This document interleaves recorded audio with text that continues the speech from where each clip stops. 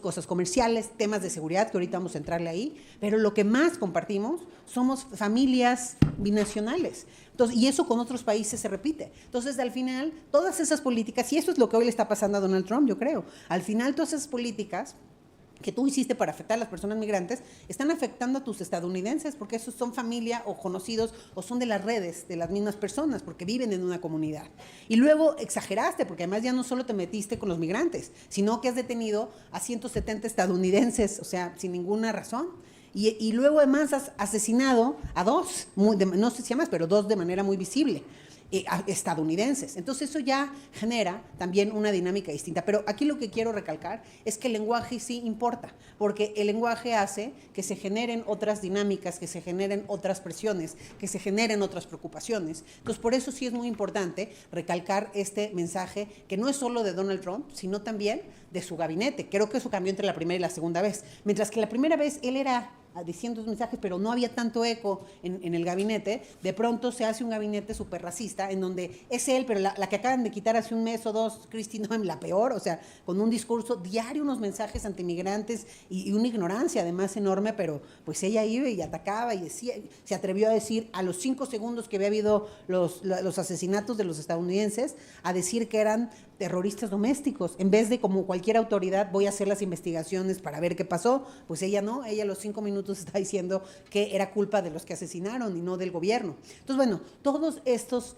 personajes bajo el mandato de Trump también han tenido un discurso similar y entonces eso hace que crezca el mensaje de odio, la narrativa de odio, y eso no es positivo para nadie, ¿no? Entonces, y yo creo que ya nada más replicando eso en el caso de México, es muy importante que no caigamos en eso, porque sí pasa, cuando de pronto vemos, a mí me tocó trabajar aquí en la ciudad, en varias colonias donde se han asentado las poblaciones migrantes, y sí pasa que los vecinos y vecinas, que también tienen su derecho a su espacio, hay que decirlo, pues de pronto, pues, sí, algunos traen un discurso cada vez más racista, y vamos a hacer algo, y si no los quitan nosotros, vamos a ir con nuestra propia mano y nuestras pistolas, y entonces, al final, pues también se generan esas dinámicas. Entonces, hay que ver cómo no caer en eso, porque esa narrativa no es positiva y no beneficia a nadie. Pero claro, para eso también tiene que haber políticas públicas y leyes que acompañen y a instituciones, ¿no? Porque ese caso de los migrantes de Vallejo es algo en el que me he metido mucho y lo he peleado mucho porque creo que cuando ha habido la opción, por ejemplo, por fin, después de mucho tiempo,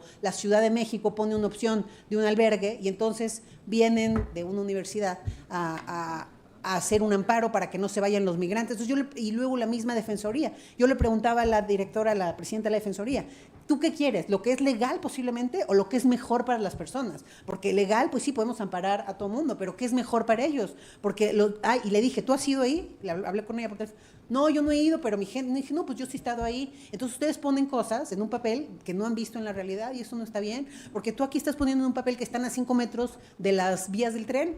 Yo te invito a que vayas porque viven en las vías del tren. Entonces, eso no está seguro. Entonces, yo no me voy a poner ahí.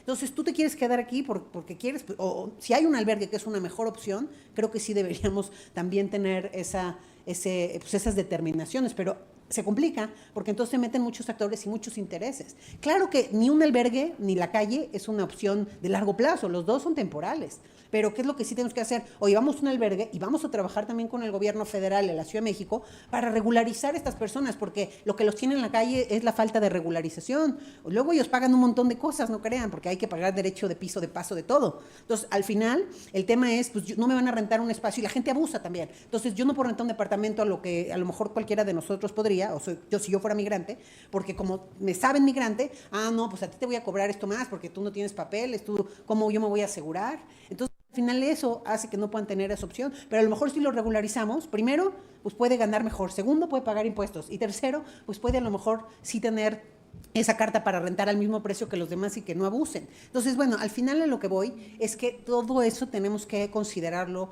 en los retos de